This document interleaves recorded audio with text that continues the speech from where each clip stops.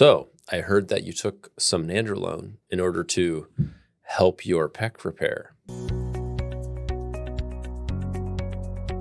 But did you stick it out more than 2 days? I did, unlike some people who have tried it, post-surgery and run into issues, presumably. I did this for, I believe it was right at 12 weeks. To get a little bit extra muscle?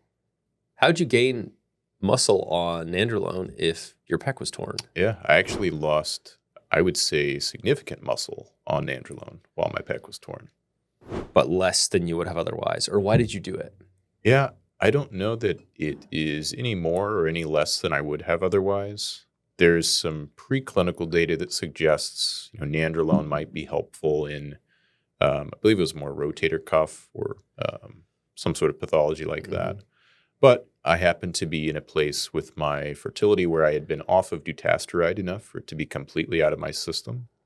And because there's not a lot of data out there on nandralone-only hormone replacement therapy with estradiol added back, I suppose you could say I did it a little bit to learn about the options for patients who perhaps don't tolerate testosterone replacement therapy, which probably works for 95% of people, but of course it's not for everybody. And we'll get into the labs and see if this is something that could be considered for anyone.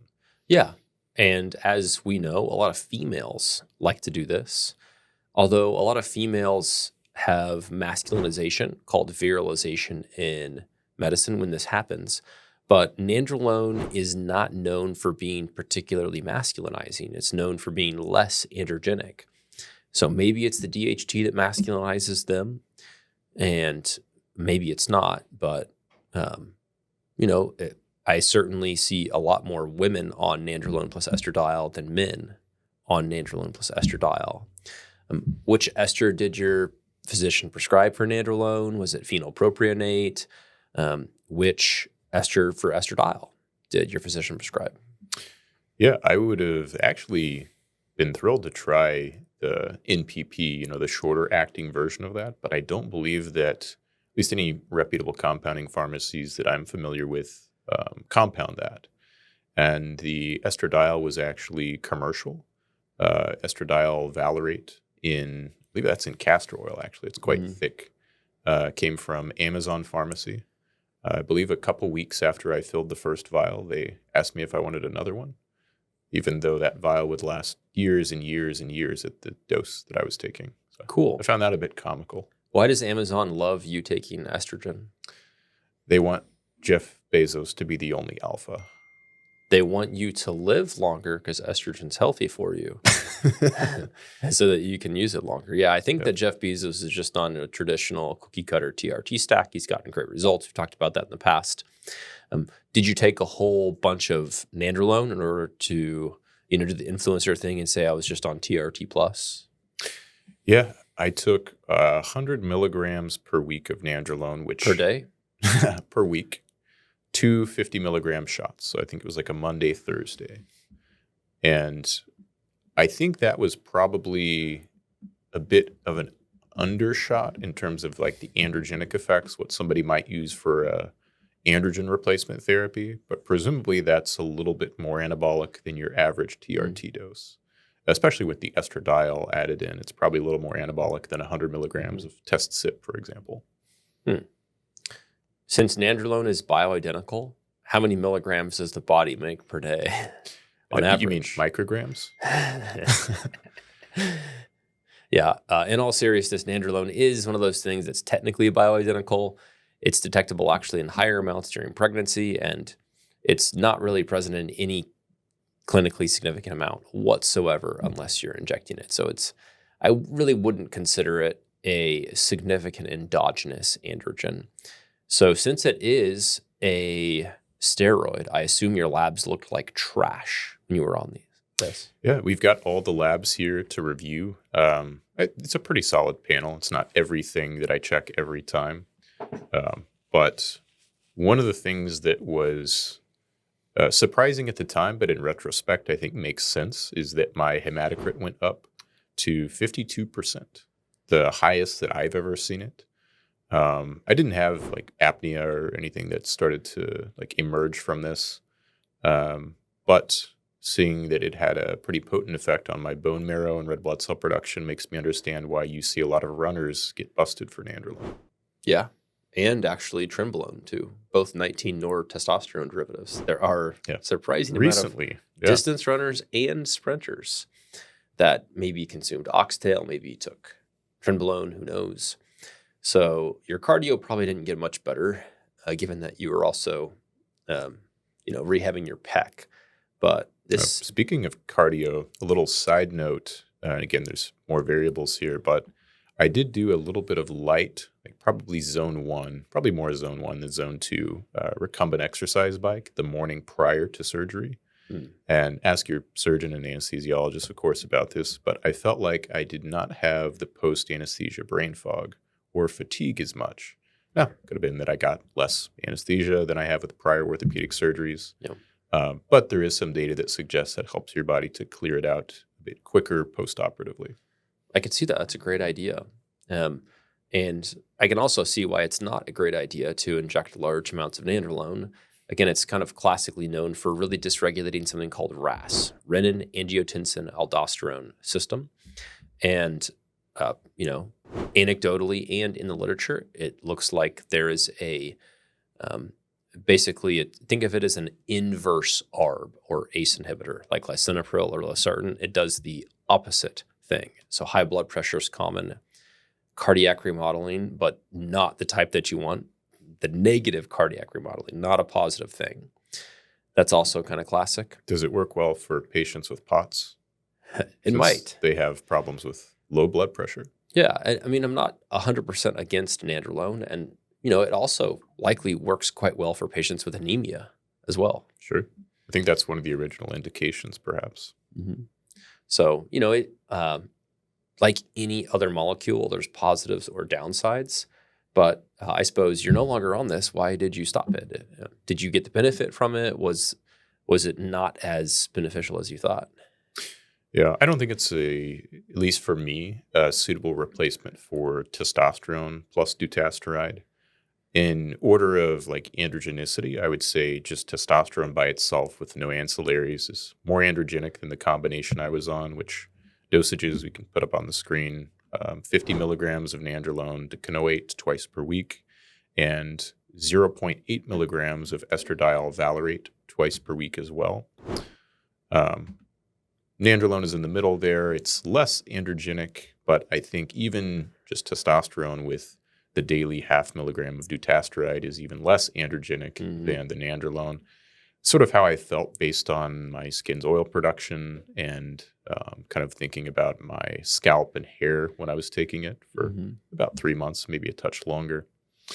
That was sort of how I was evaluating it and guessing, and the blood work kind of lined up with that. I was not necessarily surprised to see that my DHT was actually higher than it is when I'm on testosterone and dutasteride. It was 6.3. Yeah, and that is not coming from the nandralone, and I don't think that it's a cross-detected dihydronandrolone, but your DHEA is high enough to where certainly there's other sources of androgens, like adrenal androgens, where this DHT could be coming from far upstream. And it is surprising that this is higher than your DHT on testosterone dutasteride. Yeah, that's what I thought. And then sort of thought about it, while I was on it, I was like, I think I'm still a bit more androgenic than I would like to be. And then the lab work showed that. And recently my DHT came back at 3 point something. So I think that for me, that DHEA or the percentage that I convert of any testosterone in the tissue to DHT is just higher genetically. Yeah. And of course, if you're on dutasteride, or even if you're on dutasteride and nandrolone, dutasteride will prevent some 5-alpha reduction other than just testosterone. So testosterone to DHT, progesterone to dihydroprogesterone, or, basically reduced progestins, and also other androgens in the steroidogenesis cascade. Yeah, and that's a good point to bring up is, why wouldn't you just take nandrolone with dutasteride? I've actually had patients come from other clinics where they were prescribed this combination, and that actually makes your hormone replacement significantly more androgenic because you don't have the inactivated dihydronandrolone. It's Yep. just nandrolone that's binding everywhere. And one gentleman said it was the worst acne he ever had in his life. Wow, that's impressive. Any other thoughts on nandrolone? Would you do it differently? Would you just do testosterone, do dutasteride? Would you add in some other peptide at the same time? Yeah, the only thing I used the BPC 157, TB 500, the nandrolone, the estradiol, collagen, sauna, cardio, physical therapy, sort of the foundational things. I didn't do anything to increase my growth hormone. I have a pretty reasonable IGF-1 that's usually above 200. So I don't know that there was a whole lot there to be gained. And I just at some point you want to not be as much of a pincushion, and that's a daily injection. It would be another daily injection to add. I don't think I would do more nandrolone. If I could get this knowledge, probably would have just gone back to testosterone and dutasteride. But sort of knowing now, like, okay, this many milligrams of exogenous estradiol is going to convert to roughly this in terms of the serum estradiol. And actually it was the highest my SHBG has been. The lipids were not as bad as I'd expect. The labs I've seen are usually people coming from other clinics on a combination of testosterone and nandrolone with pretty bad lipids. My LDL was 81. The disclaimer there is I was on 10 mgs of ezetimibe, which I tend to respond fairly well to. And I think it was similar on my most recent set of labs with testosterone, dutasteride, and ezetimibe still in the picture. I think it was in the upper 70s or lower 80s. If you weren't on any of those things that you mentioned, how much longer do you think it would take for your pec to heal? And how is your pec doing today? Yeah, I don't know. I didn't want to be in the control arm or the placebo arm of my recovery. So maybe it sped up the process. Well, in terms of time to doing certain things, it didn't speed up it at all, right? Because I'm not going to be doing pressing or fly movements 2 weeks or 4 weeks after surgery, regardless of what happens. But in terms of getting my strength back to where it is today, where I'm probably about 90% on the right side, maybe the tissue healed a little bit stronger. I did have like minimal to no pain during the recovery after post-op day 2. So some of those things probably helped, but I don't know the exact magnitude. Maybe I got back to, if I'm trying to predict if I get back to 100%, maybe it's 10 or 20% faster. But I think the foundational thing is like having a good surgeon and following the PT religiously. And then, like the nutrition and protein intake, which, I dropped some weight, dropped some muscle mass. You're going to have that if you're not using kind of half of your body. But keeping the protein intake and nutrition pretty high, that way you're giving your body everything it needs to heal. That's probably the 70% of it. And then the hormones and peptides, maybe that's another 25 or 30%. Yeah, I like how you said keeping the protein type components high. Not everyone needs to take, leucine precursors, and not everyone needs to take collagen even, but it certainly doesn't hurt. And some people like to take, HMB and basically everything that you can possible if there's not a significant downside. So I think that's reasonable. But those are the things that really move the needle, the big concepts. I think so. What did you think about the prolactin? Everyone says nandrolone raises your prolactin. Yeah, it doesn't always raise it. What was your prolactin on nandrolone? 6.2. 6.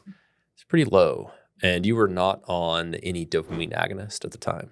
No, and my estradiol was 47. And this is an LCMS estradiol, so that's actually it overshot from what I was targeting. I was trying to land around 30. But estradiol would tend to upregulate the gene transcription of prolactin. And I have seen guys on nandrolone and testosterone with elevated prolactin. So something about that combination seems to be the driver there. Yeah. It's hard to say. Some people think that it's progestogenic activity. Some people think that, somehow that interacts with estradiol receptor signaling the prolactin gene release. Some people think that, it has to do with more tren than nandrolone. And people just think they're on nandrolone, but they're actually on trenbolone. Pretty similar molecules. That could be. Anecdotally, if you don't get it from a pharmacy, it's hard to know. Exactly. Anecdotally, I certainly see tren driving that up more. So maybe people think they're taking NPP because they're smart and they'd rather take NPP than nandrolone decanoate, I probably would too. Sure. But then they just end up taking a different molecule. Yeah. Any other thoughts? Trying to think of other questions people might have. My heart rate was elevated, probably 5 beats per minute, but I think that was more from like having surgery and the stress of that rather than the nandrolone itself. I wouldn't say that that was significantly more stimulating. Blood pressure was, 110s over 70s to low 120s over low 180s, kind of my normal. Outside of those first few days, where I had some pain, of course, I didn't even check my blood pressure. It's going to be elevated, and it doesn't really matter. Yep. I'm not going to take a PRN blood pressure medication post-op day 1 to normalize that. And it could have been low, right? Because there was some pain medication, so opiates on board, they're going to tend to drop that. Yeah. Did you try to stay in a caloric surplus or deficit, or just right at maintenance? I tried to go into a slight surplus, and I did gain a bit of weight once I was able to train with some, weight on this side. I went back to, I guess what was a slight deficit, but like a previous maintenance. I didn't do any meticulous calorie tracking, but I was trying to at least maintain or gain weight post-operatively, because that by itself, the calorie surplus can be a little bit muscle sparing. My last question. If you were in a bit of a surplus and you continued to eat your high fructose blueberries, do you know or do you think you added a lot of visceral fat? Yeah, I did continue to eat those blueberries, and I am not convinced that my surplus was enough to be problematic. Of course, this blood work is 8 weeks in, something like that. So if you're looking at the insulin and my A1C and glucose was 80, insulin was less than 5, A1C I think was 5.1. So I don't think I would have been metabolically deranged enough to be in trouble from the fructose I was consuming. That's what those rats think too. Yeah, good thing I'm not a rat. Yeah, true. Me too. If there's any other questions, let us know in the comments. Those are really my main questions for you. So hopefully, neither one of us has a pec tear again, but also hopefully people can learn some from how that rehab went. Yeah, so hopefully people find this interesting. I've gotten several questions on social media since I think this has been discussed briefly on some podcasts, but not kind of with the labs and the common questions alongside of it. So, whatever specifics people have, maybe we can do a second podcast or just answer those things in the comments. So leave those below. Let us know what you think. And as always, may God bless you with health and happiness.